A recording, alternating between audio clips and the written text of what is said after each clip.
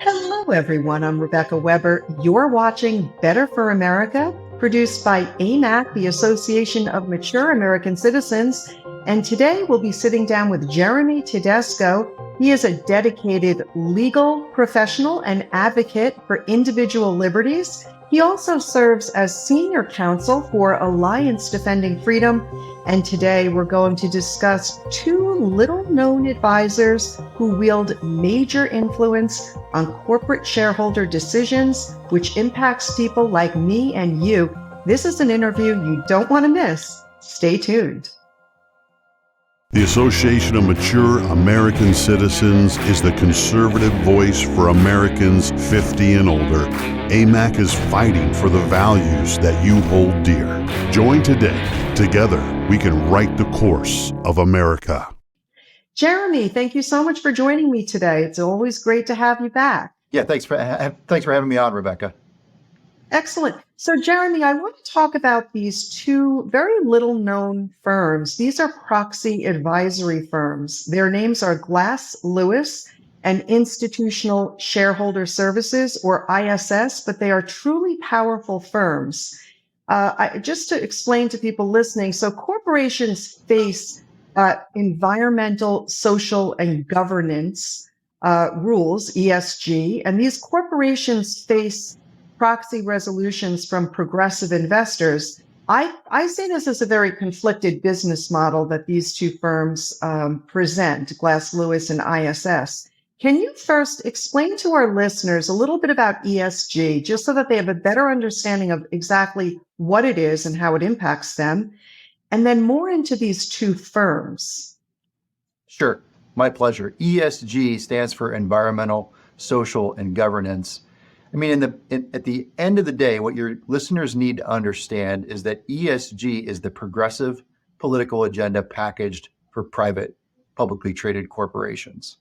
They are driving their environmental, their climate, their social agenda through ESG. And their goal is to bypass regular political processes and democratic accountability for their agenda by having large private corporations that are not accountable to the electorate and are much more difficult to hold accountable through legal measures to advance their agenda and really to push their agenda, foist it on the American people, really across the world, without that accountability.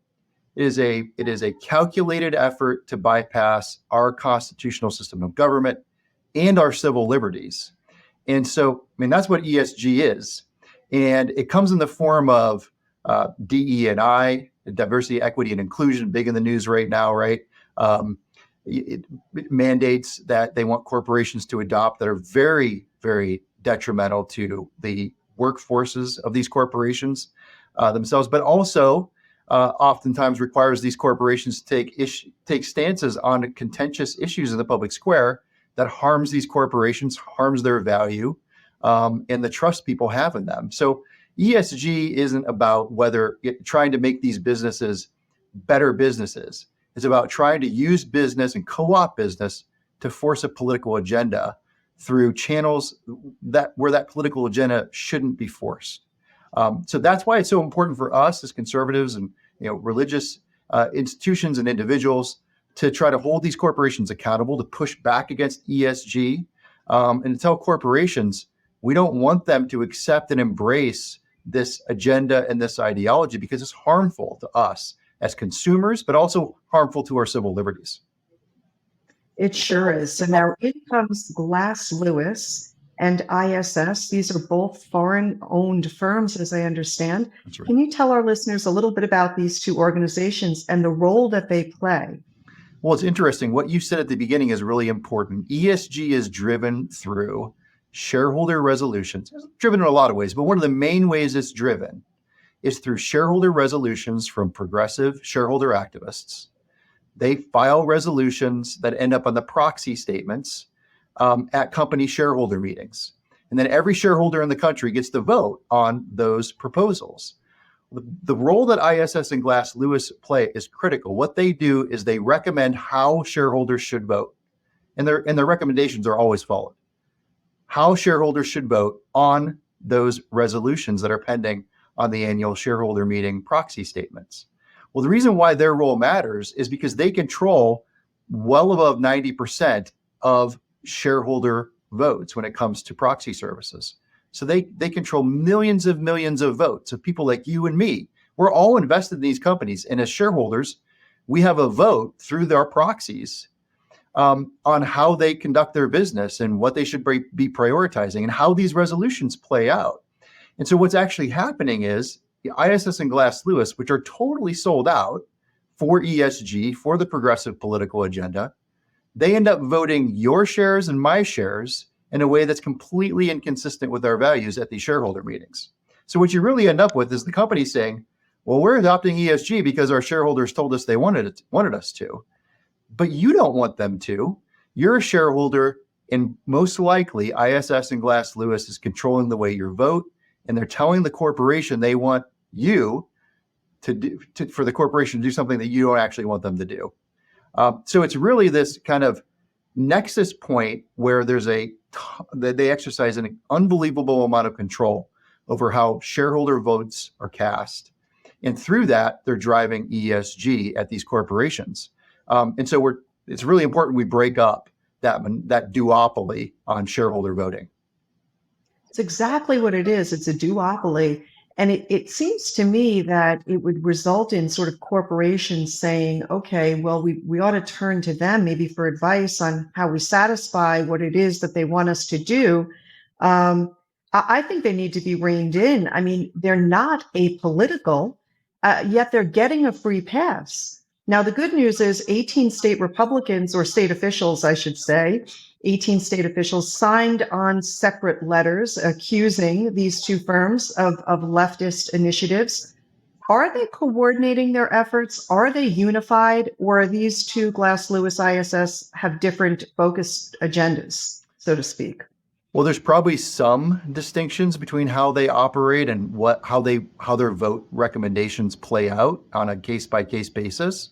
But for the most part, they're both pushing ESG proposals while at the same time, and this is really critical, blocking conservative and religious shareholders who are now starting to use the proxy process in the same way, but to hold these corporations accountable to American values like free speech and religious freedom. So last year, we in collaboration with several shareholders, ran a resolution on DeBanking. DeBanking for political and religious reasons is on the rise, unfortunately. And there's a lot of pressure on these big corporations to debank people because of their religious beliefs, their political beliefs, because the left doesn't like their perspective on a particular issue. And so we were starting to try to run resolutions to hold these corporations accountable and just tell them, look, we want politically neutral services. We don't think you should be engaged in politicizing your services. Just stay out of these issues and offer your services to everybody, regardless of their religious or political views. That's what our shareholder resolution last year was about. ISS and Glass Lewis actually recommended a no vote against that resolution, as they do with any other resolution that expresses any kind of skepticism about ESG and tries to hold corporations accountable for a lot of the overreach we're seeing in the ESG space. And so what you end up with is ISS and Glass Lewis controlling all these votes, voting very many, a high percentage of the time in favor of the ESG proposals, which are bad for business, bad for society, and then effectively blocking, because they're recommending a no vote, on all the conservative religious shareholders who are trying to just come to the businesses and say, common sense, treat everybody the same regardless of their political and religious beliefs.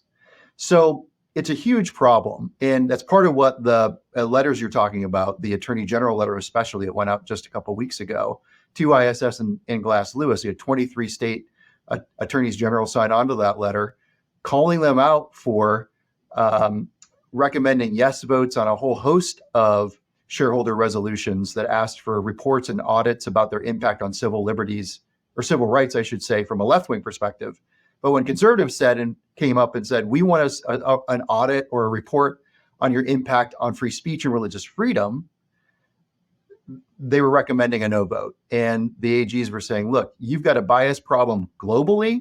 And on this specific resolution, you clearly have a bias problem because you're saying yes to resolutions that ask for basically the same thing that are coming from progressive groups, but no to conservative and religious groups. So ISS and Glass Lewis has a huge problem on their hands, and I think they need to figure out how to serve in this enormous, group of people, millions and millions of people who want voting options at shareholder meetings that align with their values. Very well said. Now, are we seeing more resistance to ESG, or is it gaining momentum in your view? Because there has been a lot more talk about ESG and how it impacts ordinary people and our pension funds. How do you see things over the horizon? There's no question there's been a lot of pushback against ESG, and that's welcome across the board, whether it's environmental and climate change, the pushback against the environmental and climate change demands, or some of the social engineering demands and the censorship and deplatforming. I think we've seen kind of the conservative religious organizations and people start to push back and say that this is an overreach. We don't want you to go down this path of ESG. We've seen some of the big asset managers like BlackRock and State Street and Vanguard pull back a little bit on ESG. But I think it's really important for your listeners to understand that even if ESG itself goes the way, of the dodo, it's in the dustbin of history, the progressives will just recast their vision for capturing corporate America through a different acronym and continue the pressure. They're not going to relent. And that's why, this is just the reality of life. Eternal vigilance is essential to protecting freedom and passing it along to the next generation. And the fight that we have in our hands this generation is a fight over the co-opting of business to try to push this very progressive, radical agenda through corporations.